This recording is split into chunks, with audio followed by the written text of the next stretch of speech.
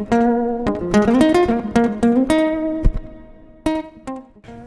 here today with David Gillespie, the author of new book, The Sweet Poison Quit Plan, which is all about how giving up sugar can change your life, including help you lose weight.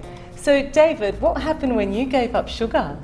Well, I lost 6 stone, and the most incredible part about that from my perspective is that was 10 years ago and I've stayed the same weight ever since, which was something really unusual for my life because every year before that I'd been steadily gaining weight.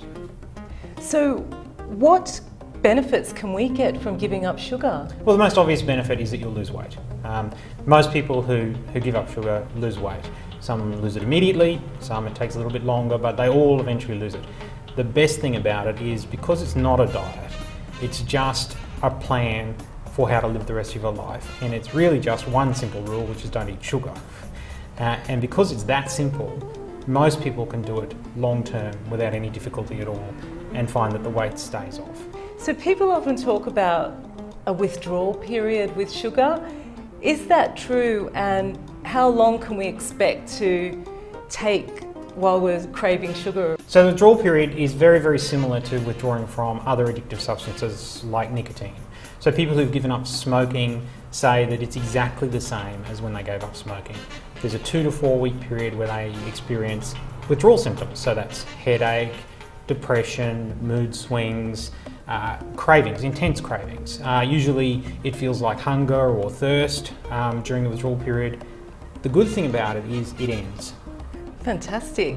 So show me some ways that we can get sugar out of our lives and get through this sort of 2 to 4 week period. Okay, so the first thing you've got to do is make sure you don't have any sugar in the house, because if it's there, you'll eat it. So you've got to take all the juices out of the fridge, you've got to take all the obvious sources of sugar out of the cupboard, you take away the breakfast cereals which are full of sugar, take away the snacks that are full of sugar.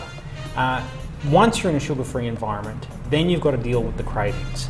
And that's all about having a plan. So some of the examples that we've got here is often people say, well, I'm just going to go for a coffee. And what they mean is they're going to have a coffee and a muffin. Yes. Nobody just goes for coffee. If you know that that's what you do, then plan for it. Know, okay, I am going to want that muffin when I get there, no matter how good I feel I'm being, and have a plan for it. So say, I need to have something to eat when I have my coffee, so maybe order up some buttered toast or something like that doesn't have any sugar in it at all, or very, very little, and then you've got a plan. Similarly, when you're sitting down at night, plonked on the couch in front of the TV, you might think, I'll just have a bit of chocolate. It's a reward for the end of the day. A good plan there is have something else that you consider a reward, so that you can still have the relaxation at the end of the day, but instead of the chocolate, have some nuts or something, and get some really nice ones, some expensive ones that you would consider a treat, and have those on standby instead. Good to stick them by the jug as well, so that when you're making yourself a cup of tea, instead of reaching for the biscuit tin, have some nuts there and just have a chew on those instead. On a Friday night, I like buying myself a Magnum. Yep. And having it, I'm sure there's lots of women out there that are the same, and having it as my treat while I watch my crime drama on a Friday night. So do you have any tips for how I can wean myself off that? So I had exactly the same issue with exactly the same ice cream. So Big ad for Magnums. And it wasn't just Friday night either. Right. It might have been some other nights as well. Just whenever you're relaxing in front of the television in the evening, you think, oh, I could really go. Especially the little mini ones.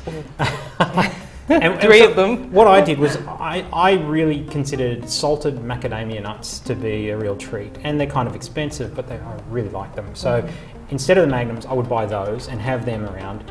Still sit down, relax, have those nuts, and it was still a treat. It was still a relaxation. It was something I would still look forward to, and pretty soon you don't miss the Magnum.